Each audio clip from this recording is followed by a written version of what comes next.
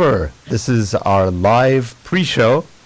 We will be starting the recording shortly. We've been having some issues with network latency and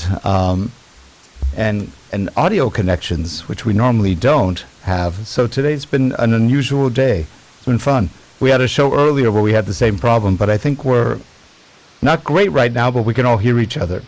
So we're going to start the show recording in 3, 2, and 1. Hello, everyone. Welcome to Tech Down Over. I'm here today with our co-host, my good friend, Geoff Blanchard. How are you, Geoff? Good, thank you, Rick. Raring to go for show number 75. Yeah, and we've got a great guest. I know. I'm a fanboy of our guest today, David Thorpe. But before we get to him, let's run this real quickly. Okay.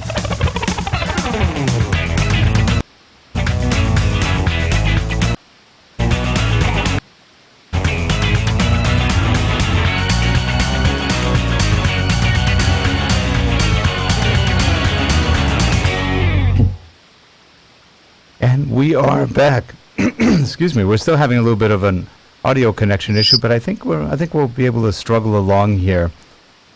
Well, David, I know you love your FZ1000. I even said it your way correctly. And I had one. I should have kept it. And I have with me, in honor of our guest, who's right here. Hi, David. How are you? I'm well. David Thorpe is a photographer, a podcaster, a blogger. You've done a lot of things in your life, and we're going to get to find out a little bit more about you today. Well, in honor of you, though, I bought my GH4. So there. I love this camera. It's been a great camera. Oh, and the Nocticron lens, which, by the way, I purchased after your review. So love that. This is an amazing lens. That Leica Nocticron 42.5 millimeter. What a good lens. Probably one of the best lenses I've ever come across. Really? I believe you. It is so sharp. Even wide open, it's sharp. I used it on a cat running around in my garden at twilight. And I just kept firing away with it. I think it was on the GH4 actually. And to my astonishment, when I went through the stuff afterwards, I mean, I don't shoot a lot of pictures. If I want 30 pictures, I'll shoot 35. And they were pretty much all sharp, and that was all wide open. Wow. Astonishing lens. It's a great camera. Oh, okay, that's me. So, David, I must admit I've only come to know your work fairly recently, but it still amazes me that there's so much great quality out there. I just want to know, how did you get about a short history of your photography world? How I started? Yeah. I left school at 17 and I was looking for a job.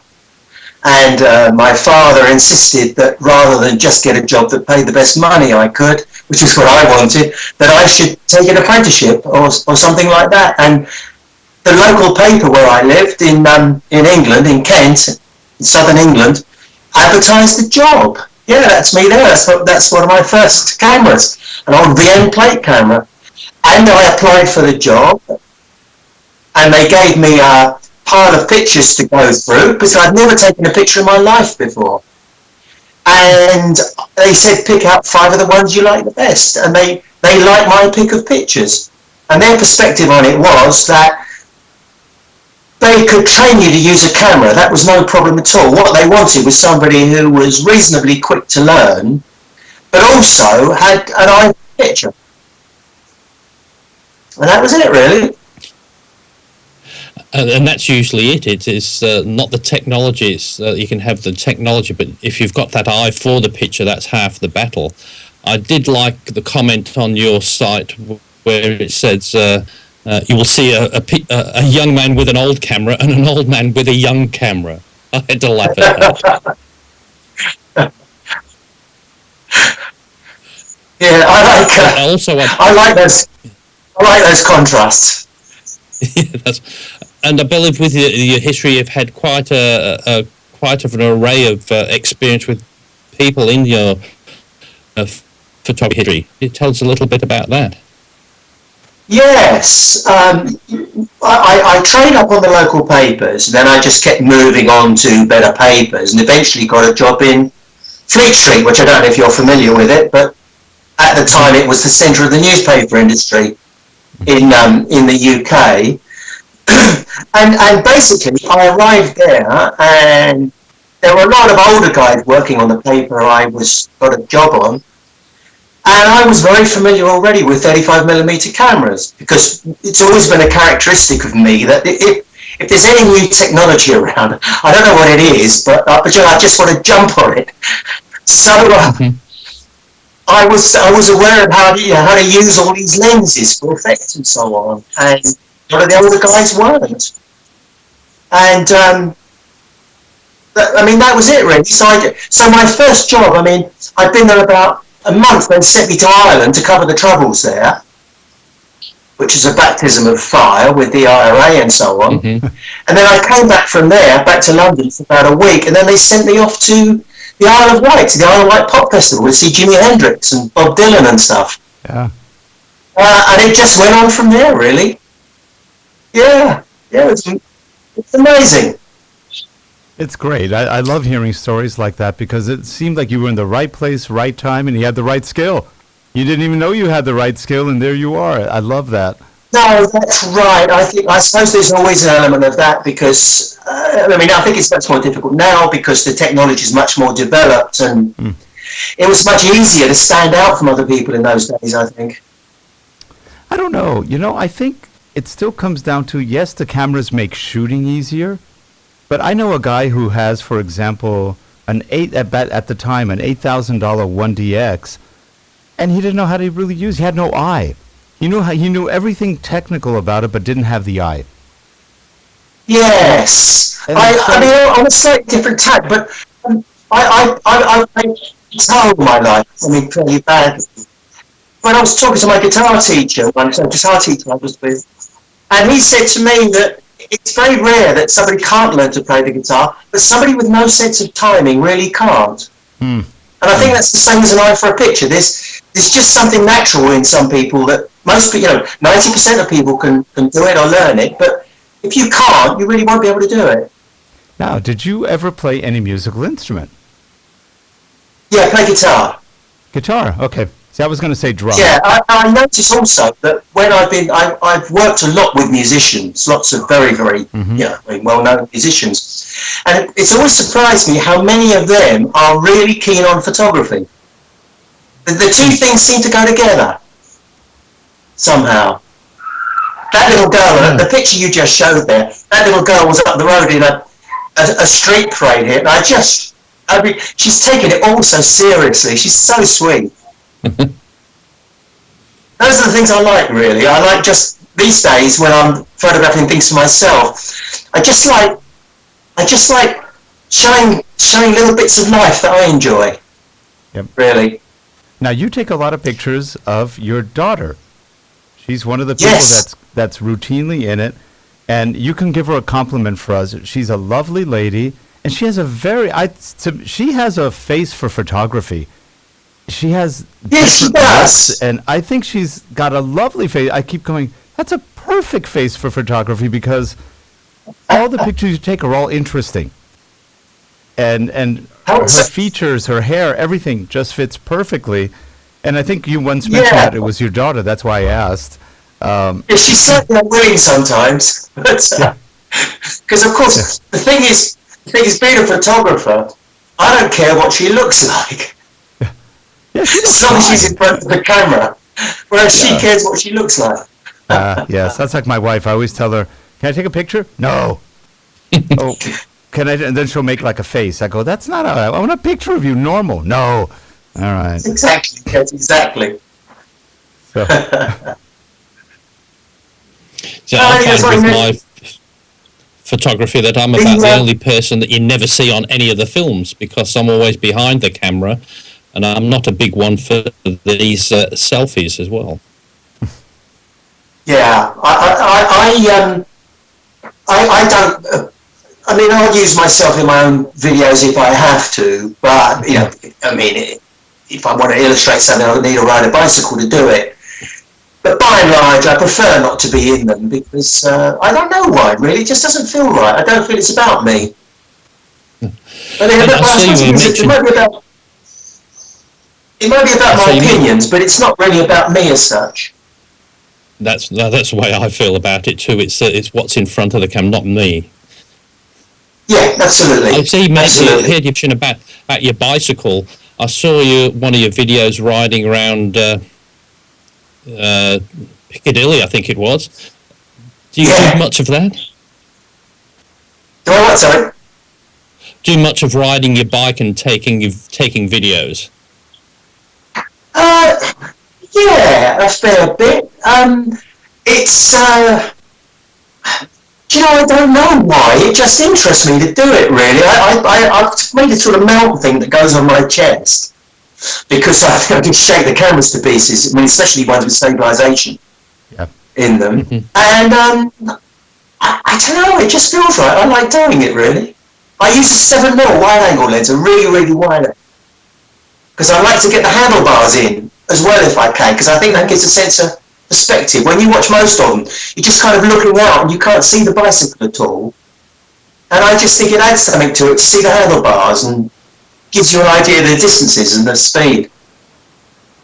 Now, David, you were at one point, I think, a Leica guy. I think you did Nikon too, if I recall correctly. But you did a lot of Leica work back then, right? Yeah, I had a couple of Leicas, which I never liked. But mostly it was Nikon stuff. And then later on, when I started doing a lot of studio work, it was Hasselblads and Mamiya's. The Hasselblads I loved. They were some of the finest cameras. So we're in a part of our lives right now where there's a ton of cameras out there. And I hear the older types, and not older by age, just older types who've been around, the vets, who always say, well, it doesn't have a mirror. And I keep thinking, why do I need a mirror? I haven't quite figured out, why do I really need a mirror? And you know, having mirrorless cameras like the Panasonics, and I just don't see why the mirror makes any difference, really. Have you run into that? Do you feel the same? I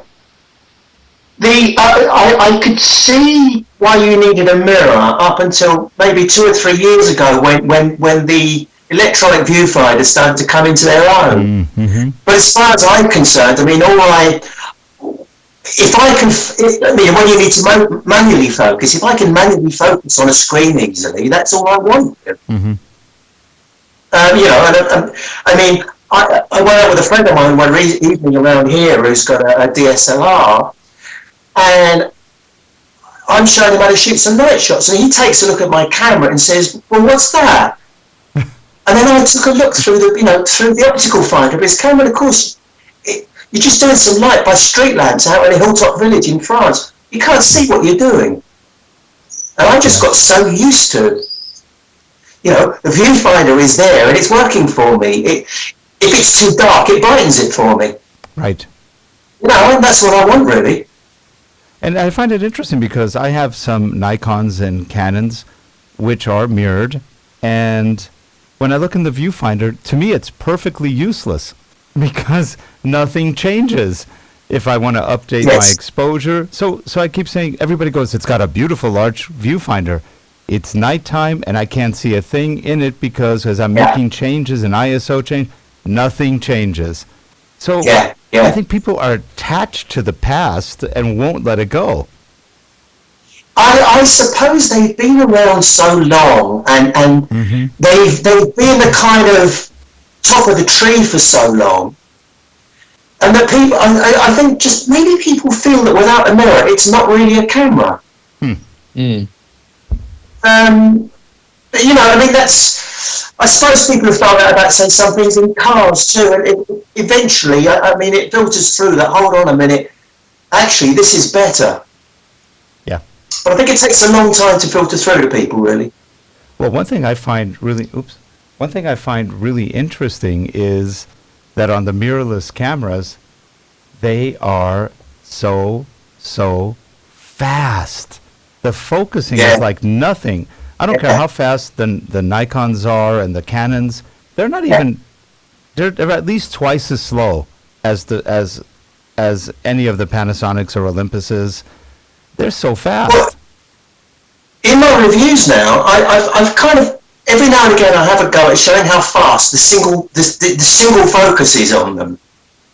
But they've got to the point now where, you know, because you've got to line up on something further away and then close to you, it'll focus faster than I can move it and center it up on what I want it to focus on.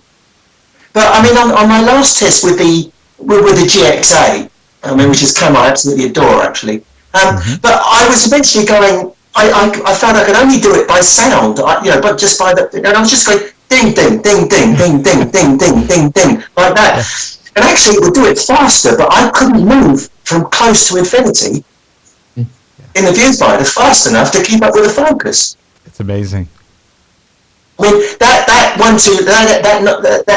Nocticon lens you're talking about, when I was photographing that cat, I was just hosing the camera around, and it was sort of getting towards twilight.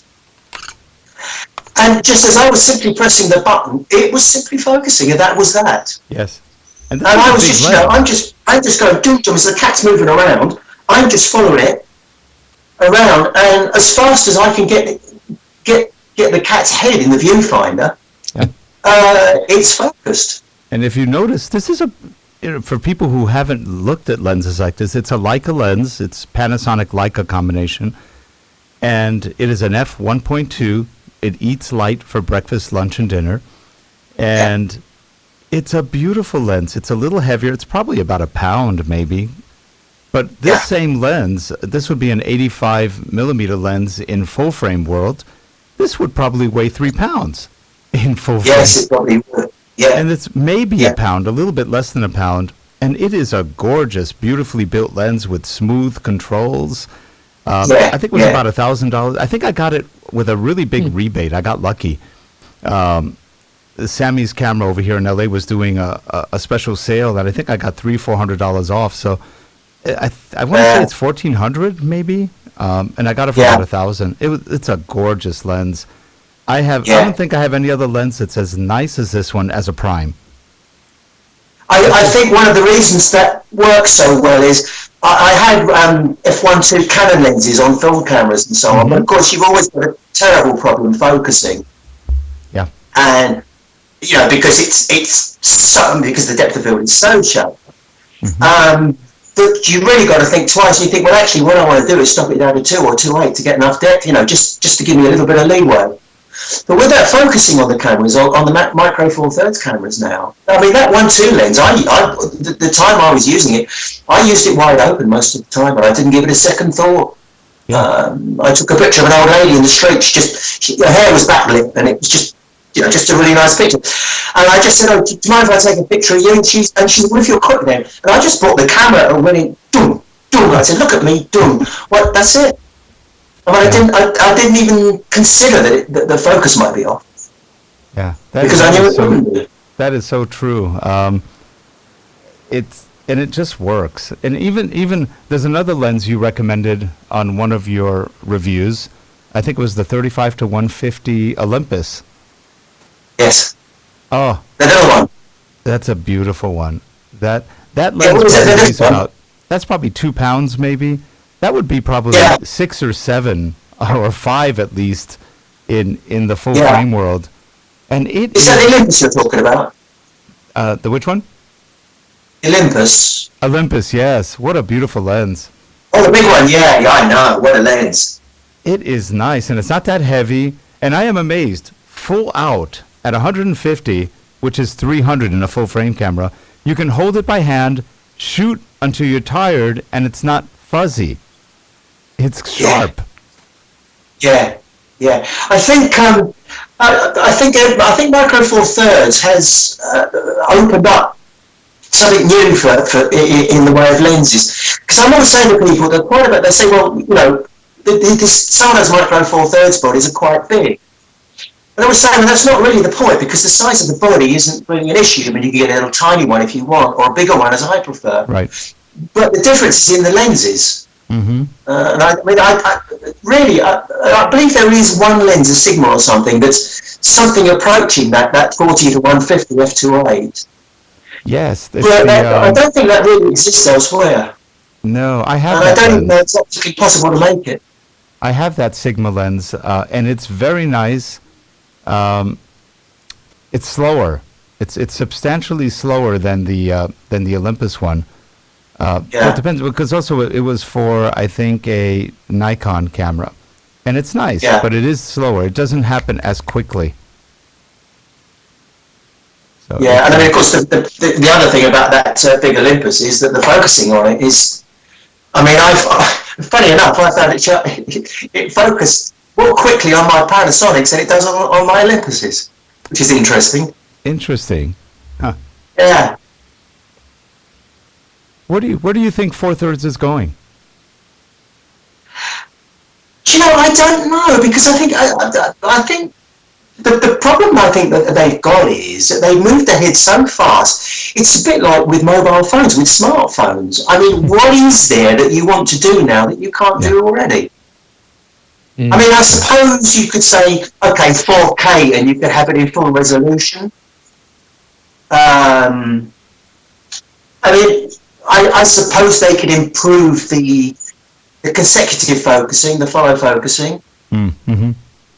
Um, I've heard a I lot of don't people know. saying things like, "We'd like to see a full frame on a G4 GH4." I don't think that. Well, one, I don't think that'll happen because it changes the whole camera, and I don't know how far 20 megapixels. I think is the or 20.1 or whatever it is on the GX8 is about the largest micro four thirds camera right now, and my That's gosh, right, even though yeah. it's only 4 megapixels more than the GH4 or some of the Olympuses, it is gorgeous what that camera takes. Yeah, it is. It is. It is. I think. I mean, for myself, I don't find any particular need to move ahead of that. 20's enough, really. I think. I mean, you can if you want to do a print 3 feet across, you can do it. Yeah. I'm not sure what else most people need. After all, most people know you know. I mean, you're viewing on a screen, really, aren't we? Mostly now. Hmm. I mean, the best place I've got to view my pictures now is really on a Samsung thing that I use, a tablet that I use with a very high resolution screen. Oh, and they look great, don't they? They look fabulous, and I mean, in a way, I mean, when I think of we used to get, for the family, used to get 7x5 prints done and so on. I Hmm. mean, this is gorgeous by comparison. Yeah. Have We're you getting seen those? spoiled, is what's happening to us. Have you seen those new photo frame devices that are USB based? You can hook it up, put it on a wall, hook it up to some sort of computer, or do it Wi-Fi, and you have a picture show all day long. They're really cool, and they're not It's that wonderful, isn't expensive. it? Yeah. Yeah, Gotta I that check what have it. would be seen. fun I with have, one of those would be to do some of those very, very slow-mo Mm. videos, so that the person that you've, so very, very slow, so that the person who's in the picture is gradually changing. Yeah, They're smiling or whatever, and then changing their face. That would be quite fun. that would be fun. I have a 99-year-old auntie. That would spook her. I have seen a lot of people using the Samsung devices like the smartphones, and they take quite a lot of photos, and they look excellent. But once they take it off the Samsung device, they look quite ordinary, and they get quite disappointed. Oh, really? Yeah. So it's all working together, isn't it? To look good on that thing. And I think the smartphones as well today do great job at making people feel great about the photos they've taken. Well, some of the phones are getting close to micro four thirds chips. They're very close. I think. It, I mean, I guess I think I think the compact camera probably actually. I mean, I think this is not a rare thought by any means. That the smartphones probably. I mean, a mate of mine who would have had a compact camera now just uses his phone because it's good enough. But if you compare the results from the best phone with the results of, say, any micro four thirds, taking that as a small camera. They're not comparable, really. No. I suppose I do in a way still, but if I were to go back to the 80s when I was shooting rock bands on stage and all the stuff I was doing, I think I'm getting better quality now from my Micro Four Thirds camera than I was getting from Fujichrome in those days, really. There's me with Spinal Tap. Yeah. That's my proudest picture. Yeah, we read that you were like the extra member, the lost member of Spinal Tap. I made that up, of course. Wishful thinking. But also, don't you find though today, David, that with photography, people do expect more from the quality rather than the feeling of the photograph? Like when you photograph for groups, it's the group that's the image you're looking at, not the quality of the image. But now it's all about not what's in the picture, but the quality of it. Yeah, I think you can go too far with that because. Nobody wants to. I don't want to see out of focus pictures, but I have to say that there's some news pictures that I've taken over the years that wouldn't pass muster nowadays very well, but they were of something. They were something people wanted to see, and that's the point about it in the end. Yeah. And I think for people who are not photographers. I think they're just happy to look at something interesting. I mean, if you look at all those cat videos and stuff on YouTube, the technical quality is awful, but I mean, who cares? One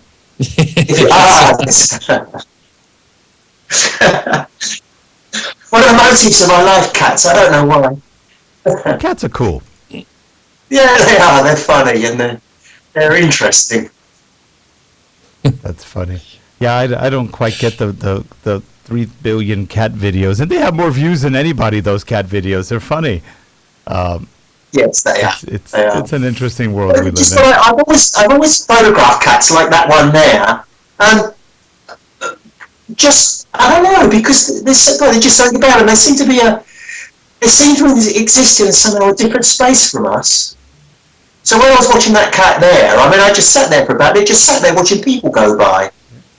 But it sat in the shadow all the time because it's black and it didn't want to get, and it didn't want to get overheated. I mean, they're just so practical, really. David, I've been looking at some of your cartoons, your little short videos. How did you get into that? Oh, what, the cartoons? Mm-hmm. Yeah. I saw some stick figure cartoons, but they were done by kids, and they were just like people getting splattered, and it just occurred to me that you could put a bit of humour in them, and so I just taught myself how to animate the stick figures, but in a crude way. But I wanted it to be crude anyway. But that was the best I could do. And I started putting stupid stuff in, like, chaos theory and a butterfly flap. And I just make it completely literally. But at the front, put the caption so that it almost looks serious. And I've been doing that for about 6 months, and it was getting quite a good reaction, especially from America. And then it was picked out, and I won the Best Website Award of the year for Demon Internet, which was a big internet company at the time. And then the Daily Telegraph newspaper came on to me, their online edition, and said, "Look, we'd like to put this in our student edition." So I said, "Yeah, okay." So I did about 250 of them in the end. And then just, I don't know, like with a lot of things, when you find that you can make something work and you know how to do it, some of the interest goes from it, which it never has with photography. I still find myself, I mean, I'm 72 years old now. I went out this morning and just always got a camera with me, and I just shot a few pictures here and there, odds and ends of things. And the strange thing is, as soon as I get home, the first thing I do is stick them in the tablet or stick them on the computer and have a look and see what they look like in a decent size. And because what's odd to me about it is that considering I never wanted to be a photographer, I mean, it presented itself to me. I'm astonished at the way that it's become this thing through my life. There's an I did, in fact, give up for 5 years completely. There's something addicting about cameras and pictures. Sorry, I was talking over you there.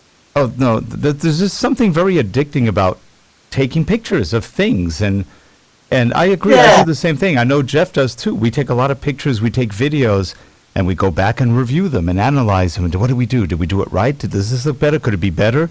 Wow, look what we caught. And I still maintain that half the pictures are an accident.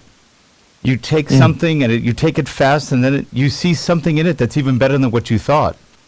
Yeah. That's fine. There was a great example. This is just a picture I took. I mean, it needs to be seen bigger, really, to be quite on a bigger screen. But there's one of the pictures I sent you of just a London bus coming down Regent Street. But I'm just shooting this and trying to get some sort of patterns of lights with the bright reds out of it, and then in one of the frames, as I'm going through them, there's this guy on the top deck giving a big yawn. And it just makes the picture, really. It's all those little details there. That's it. Probably, I can't see it here, but the guy on the top of the bus there is yawning. Yeah. And it just makes the picture somehow. I mean, that's the thing you're talking about. It's serendipity. I didn't see that at the time. Yeah. Yeah, it's but of course, I think a lot of the art of photography is in the editing, isn't it? Well, it's really funny. I went to a trade show recently, and I took a lot of pictures of people at the trade show, and then I'm looking at them, and I started zooming in, and I told my wife, we were at a Nazi convention.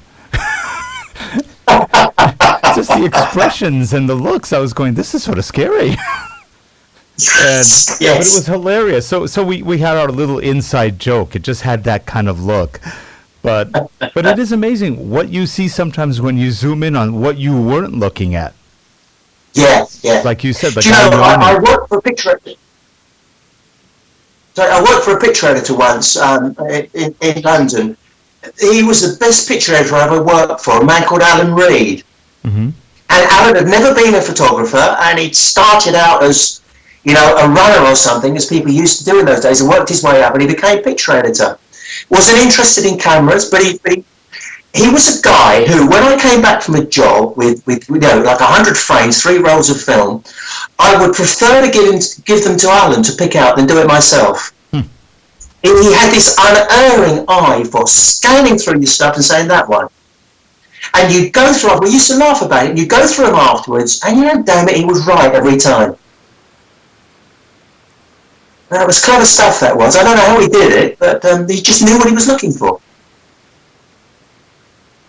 Now I find a lot when with my photos, as I said, I'm nowhere near in your class of photographer, but I find I get much more pleasure when somebody asks me to do something rather than myself. I'm too critical of my own videos and photos, but if somebody says, can you do something for me, I can sort of organise it much better when I'm doing organising somebody else's content. And Geoff is being humble. Actually, just following up on that, one of the things, I've done very occasional lectures in camera clubs and things, but often, when I'm with amateur photographers and so on, I'm saying to them, in a way, what you're doing is much more difficult than what I was doing, because if I'm going along to photograph some band for a record cover or whatever it is that they need done and so on for their management, I know what I'm there for. I've discussed what the picture will be with everybody, with the art director and stuff beforehand. So you go along, and I know what picture I'm taking. How it actually looks is up to me, but I am going there to take pictures of this. When you're an amateur, just with a camera in your hands, trying to find things to photograph, it's one of the hardest things. It's very, very difficult. I really admire people who can keep coming up with ideas and keep doing things, whatever it is, landscapes or whatever. Because even now, when I'm taking pictures, I'm often thinking of my videos. And that gives me the kind of, purpose to say, okay, this is the sort of picture I need, because that's what I want for my video. If you're just purely taken off, just going out with a camera with nothing in mind, I think it's very, very hard. Very hard. Well, one thing I really enjoy that you do is you do a lot of the what they call street photography now, which Yeah. is just take a lot of people. And I love that kind of photography because one, you get shots that are interesting, just people being people, and occasionally Yes. they're posing for you and they're doing things. And it's amazing how they come out and some of the shots that you get. Really, really always Yeah. enjoy those. And in the reviews, you always have a lot of shots and you show, how the cameras work. Now, you mentioned earlier you really like the Panasonic GX8, and I can understand why. What do you think makes it that good a camera? But I suppose the primary thing is the electronic viewfinder, which I think is just wonderful, just lovely. And I doubt that anybody using a DSLR would having seen that would want to go back. I'm told the Fuji one's as good actually, but I haven't seen that. But I think the thing I mainly like about it is I find it fits my hands beautifully. It's big enough to have lots of space, so that it seems to me, it gives me a feeling when I'm using it of being very relaxed. I pick it up and it just seems very, because it focuses so fast. Yes. And it's so easy to see your pictures on it, to line up your pictures. And it just seems to do everything very, very well. And that gives me a nice feeling about it, because you pick it up.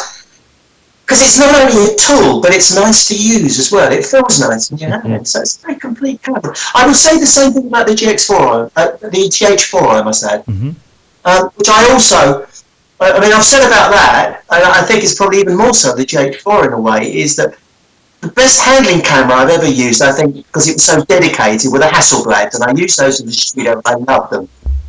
And the GH4 has just felt right. It just feels right. I think the GH4 is the most ergonomic camera I've held in my whole life. Yeah. I'm 62. Absolutely. I'm 62. I've held a lot of cameras, and this one just feels in the hand. I like the battery grip on it. I'm just in kind of heaven with this thing. It's a good camera. And the GX8, I took, the I think 15 millimeter Leica lens also. That's the Panasonic Leica. 15, what's it called? The Summilux, I think. That really the 1.7, yeah. It's not a stabilized lens, but it doesn't really need to be. It's a prime.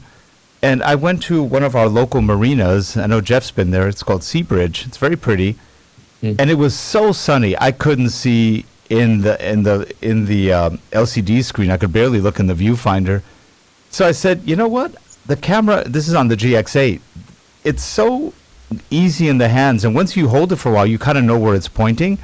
I just pointed. I could barely see any of them. I took about 100 shots, and I had no bad shots. I was just in amazement of that. In very bright sunlight, it handled the sunlight perfectly, whether I was pointing towards the sun or away from it, and the focus instantaneous. And I was, it was, I got home, and my eyes just opened wide. I go, I did that? Wow. I couldn't believe it. Something like that, I don't know, it's just something, it just makes taking pictures a real pleasure, I find. You just like the feel of the thing. And, I mean, what I noticed was I had, the camera I like very much is the Olympus 10F. But I noticed that every time I was actually going out to take some pictures, I would just pick up the GX8 in preference. I realised afterwards, without thinking, that that's what I was doing. But it was just that. It just feels so right. Yep. It's clever stuff, that. I don't know how they do that. I don't know. Good developers. Because I keep looking at the Nikons, which are nice. They're getting a little bit smaller, not much. And they're not bad ergonomic-wise, though they do really weird things, like you have to do double key combinations, which I hate. Because now I have my left hand clicking a button, the right hand moving something. I go, that's why? That's a lot of work. And it doesn't make sense. The Canons are good in terms of ergonomics, but they're heavy. They're big. So it's interesting. And I see Panasonic as, and Olympus I thought was too small, at least for me. For my hands, they felt cramped. But the Panasonic that's my feeling too. almost perfect. Yeah. But Panasonic to me is the best one I've used for ergonomics, like you said, and I can find all the things, the buttons, change all the settings on the camera much easier than I can on a Canon without taking my eye off anything else. Just a click of a button, it's just so much easier. I have the FZ1000 because I wanted that just to get into them. I love the camera. The only thing I don't like that I can't change the lenses. So I'm eagerly waiting for maybe a GH5, and then I can go up a bit. But I like that GX8 that you both seem to love. It's a beauty. Yeah. I just wish it had a battery grip. That's all. Yeah, I would like that too. That would be brilliant if they would do that. But they won't, I think, because I suppose there's the marketing there, and they want they want the GH4 to be the top one. No, the GX8 is their top in photography, they claim. Oh. Yeah, for stills, I guess. Stills. It does very good video, too. Yeah. But the stills are beautiful. So both of you have the GX8, so what would you say the reason for going for a GX8 rather than the GH4?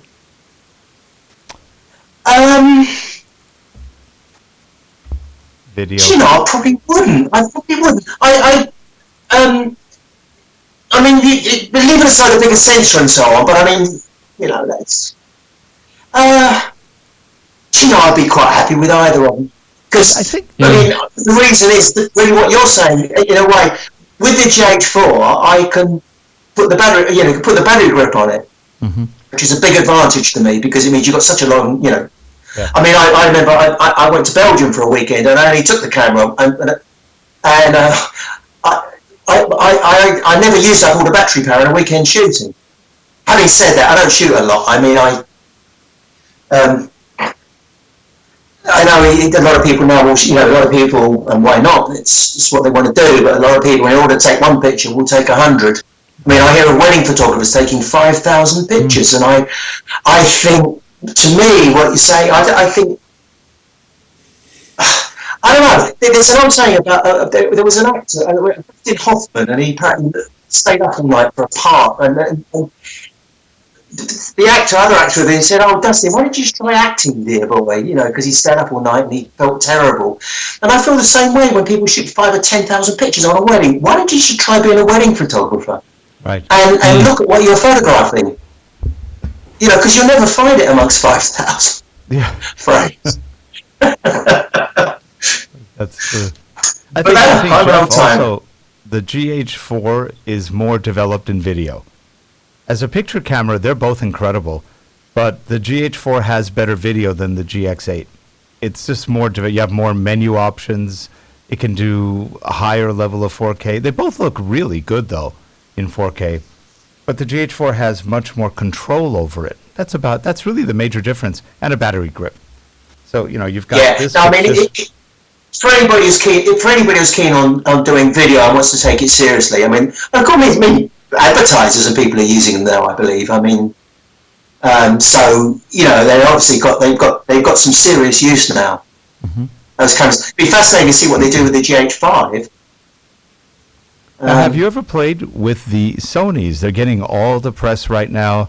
They're full frames. They're small. They're expensive, and they have issues. But a lot of people love those Sonys. I know Geoff is thinking of getting one. I'm thinking of renting one, maybe, and just to see what it feels like. But what do you think? Have you played with them at all? No, I haven't actually. I mean, I know in my mind that if I were to go for a full frame camera, which I'm not because I have no reason to, that would be the one I would do. I wouldn't even look at a DSLR now. I would go straight for the Sony. Yeah, interesting. Yeah, I'm beginning to agree totally with that. The only problem with it is, I mean, the laws of optics are not with you. The fact is, of course, that you've got a bigger sensor to cover, and with a bigger sensor to cover, you must have a bigger lens. Right. And that would take me back to square one. So I get people saying on my in comments on my YouTube videos, well, why don't you just try why don't you just use the Sony? See, well, if I had a use for that quality, I would do, but I don't. Everything I want to do is more than covered, and with a safety margin, but by the Micro Four Thirds. Yeah. So for me, treat the camera entirely as a tool. I just want it, I just need it to do what I want it to do. Well, That's the level at which I need to be. I remember several years ago you had a podcast where you said, I don't want to carry 40 pounds, just to carry one camera and several lenses. And I thought about that, and I went to New York beginning of this year, and I took some really beautiful pictures with a Nikon D750, and my shoulder was sore, my back was sore. I was carrying probably about 40, 45 pounds of gear going, this is a pain. Especially when I had to walk through Dallas Airport for about a mile or two. We went from 3 terminals walking, and it was not fun. And the last time I carried some Micro Four Thirds, I had 2 cameras, 2 lenses. It was probably about 15 pounds. It felt great. I mean, look at what you can do. Even if you take a GX8, if you put the little 12 to 32 millimeter lens on that, and you take with you the little 35 to 100, both of those are very, very good lenses. What you have got there is a very small camera. It'll go in a little small bag. I carry a kind of shoulder bag thing, messenger bag with me. It'll just slip in there. But you've got an outfit there. And then if you want to but at the same time, that same camera body, if you use the 2 Olympus zooms on it, you've got some highly capable lenses, much bigger and heavier. But essentially, what you've got in 4 lenses is 2 different camera outfits. Right. And you're only got probably 10 pounds. Yeah. But in a way, one of the things that did attract me to Micro Four Thirds, the process was that I had a DSLR and I bought I forget what it was, I think it was a GF1 Panasonic. It says I'd always had a camera with me to slip in my pocket. And then I suddenly thought, when the GH2 came out, I thought, hold on a minute, if the quality of this is good enough for what I need, how lovely and neat it is. That's my character. I always want to pare things down. How lovely and neat it would be if I have 2 camera bodies, one much more serious than the other, but both of which take the same lenses. Mm-hmm. And of course, that's exactly what you got with the Micro Four Thirds stuff. Yeah, that's true. I sound like an evangelist sometimes, and I don't mean to do that. It's not evangelism; it's enthusiasm. Yeah, I think you're a great ambassador for the Micro Four Thirds line. Yeah, well, that's nice to hear. Thank you. You represent it very well. I know you got me really excited about Micro Four Thirds. I had already bought the GH4, and then I discovered, this is about 2 years ago, I discovered your channel, and I went, wow. Not to mention, I love your humor. You've always got some little snips you put in there, and always enjoy that. So. Yeah, well, that's okay. I'm doing that. I enjoy making the videos. It's great. It's a lot of fun. And I just started reading your blogs, David. I just like some of your views. I like, Are You a Black Man? I like that blog. Yes. Draws the attention, doesn't it? What am I going to say? There was a bit in there I liked. Actually, I nicked one of my favourite bands in the world. The soundtrack of my life, in a way, is Steely Dan. I've always loved, and there's a line from that, because I say in there about the guy with the black camera. He's standing in the shadows, oozing charisma, and that's a line from a Steely Dan song, actually, that I nicked. That's funny. Well, we are literally about the end of our time. We've been going almost an hour, and really? I didn't see it. It goes fast. It goes fast. Well, David, go ahead. Only 6 a.m. in the morning here. Oh boy. Yeah. It's 10 o'clock at night here. 10 o'clock over there, and I'm just in the middle. Yes, we're spanning the globe here, aren't we? Yeah, we're in California. We're just kind of between both of you, actually. So. Hey, listen, here I am complaining about the sound, and it's 3 people talking to one another from opposite sides of the world. I mean, you and Geoff are almost 14,000 miles apart from between us. It's amazing what we can do with technology. Well, David, you are a charming and wonderful person. We hope you keep doing those podcasts and sharing your knowledge, your wisdom, and your passion. That's That's what I love the most is that it just shows in what you do and the way you talk about things. So, believe me, every time I get my auto notice that, oh, David has a new podcast. Oh, cool. I'm there. I enjoy that. Well, that's great to hear, and I appreciate it, and thank you. Oh, thank you. Thank you for the good work you do. And like I said, you're a great ambassador. Like I said, I wouldn't call you a fanboy. I wouldn't call you an evangelist. I call you a wonderful ambassador representing a great camera line that the more people use these, the more they're going to go, why wasn't I using this before? Yes, I agree. I think so. They're amazing. Well, anyway, thanks again for coming on. We hope to see you again soon. And Geoff, thanks for waking up this morning. Thank you. That's yes, thanks. That's your tribute to David. He woke up for you. That's amazing. So, that's 4 a.m. I amazing. got up. You'll collapse after this, right? Probably. Well, I've got to tell you, I mean, I'm normally in bed by 7 in the evening, so I'm only up now because you're keeping me up, you see. Yep. So anyway, thank you so much for coming on. And if you're watching the show, please subscribe. Give us your feedback. This will be up on Vimeo a little bit later today, and the live stream will be up on YouTube, so you can watch either one of them. And you guys have a great weekend, and we'll see you soon on Tech Down Over. Have a good one, everyone. Bye. Thanks again, David. Bye Thanks, for now. Geoff. Bye-bye. Thanks, goodbye. Bye.